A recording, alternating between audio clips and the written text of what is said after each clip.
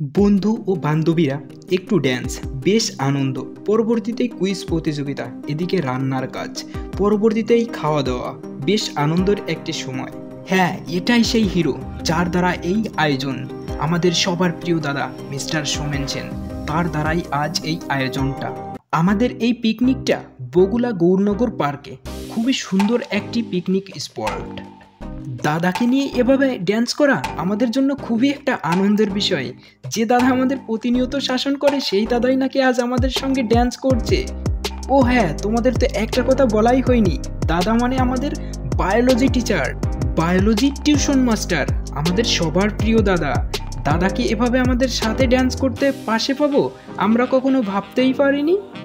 দাদা থাকাকালীন বন্ধুদের একটু ভদ্র ড্যান্স, আর দাদা চলে গেলে বোঝোই তো তোমরা কেমন ড্যান্স। দেখো, আরে বন্ধুরা যে একারাই ড্যান্স করছিল সেটা নয়, বান্ধবীরাও ড্যান্স করছিল। তারাও তো বন্ধুদের থেকে কম নয়, বন্ধুদের তুলনায় বান্ধবীরাই বেশি ড্যান্স করছিল। তারা সংখ্যাতেও বেশি ছিল, আনন্দটাও বেশি করছিল। বন্ধু বান্ধবীরা ড্যান্স করছিল তাদের জায়গায়, আর এপাশে রান্নার মাসিরা আমাদের কিভাবে সুস্বাদু খাবার তুলে দেওয়া যায় সেটা নিয়েই তারা ব্যস্ত ছিল। হ্যাঁ, তারপরেই শুরু হয়েছিল সেই কুইজ প্রতিযোগিতা।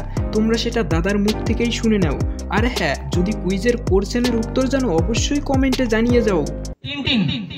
টিনটিনকে তোমরা সবাই দেখেছো তো। টিনটিনের একটা পোষা কুকুর ছিল, কুকুরটার নাম কি? দর্শকদের মধ্যে থেকে যারা আছো তারা ফোনে সার্চ না করে যদি বলতে পারো তাহলে প্রত্যেকে হাত তোলো, যে বলতে পারবে তাদের জন্য একটা উপহার আছে।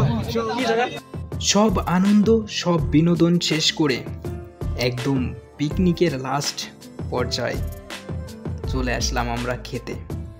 বন্ধুরা বান্ধবীরা সবাই বসে পড়েছিল খাওয়ার উদ্দেশ্যে। ফ্রাইড রাইস আর চিকেন কষা খুব টেস্টি ছিল। বন্ধুরা মিলে খুব মজা করেই খেলাম। মাসিদের প্রশংসা না করলেই নয়, মাসিদের রান্নার হাতটা না একদম বলতে হবে। বন্ধুরা খাওয়া দাওয়া শেষে আবার ড্যান্সে মেতেছিল, তাও ভাই মাতাল ড্যান্স।